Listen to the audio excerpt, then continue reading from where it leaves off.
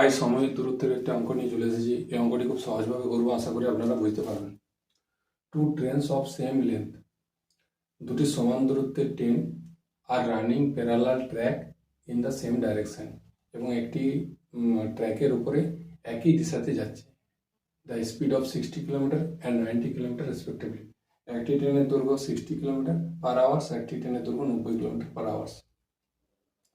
The letter completely cross the former, মানে পেছনকার ট্রেনটি আগেকার ট্রেনটিকে ক্রস করার জন্য 30 সেকেন্ড সময় নেয়।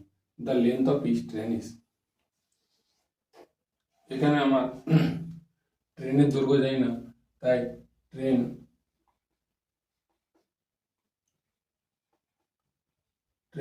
ইজ ইকাল টু এক্স ধরে নিই। তাহলে টু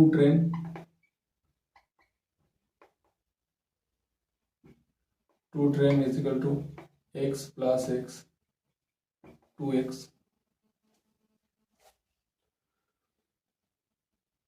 যেহেতু একই ডাইরেকশনে ট্রেন দুটি যাচ্ছে, তাহলে এদের স্পিড সবসময় রিলেশন স্পিড মাইনাস হবে। তাহলে 90 মাইনাস 60 ইজ ইকাল টু 30 কিমি পার আওয়ার্স।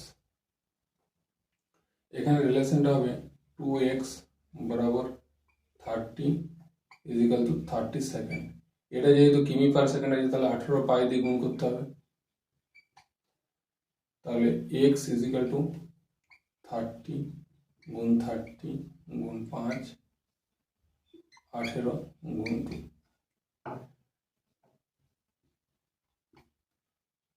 3 5 15 3 4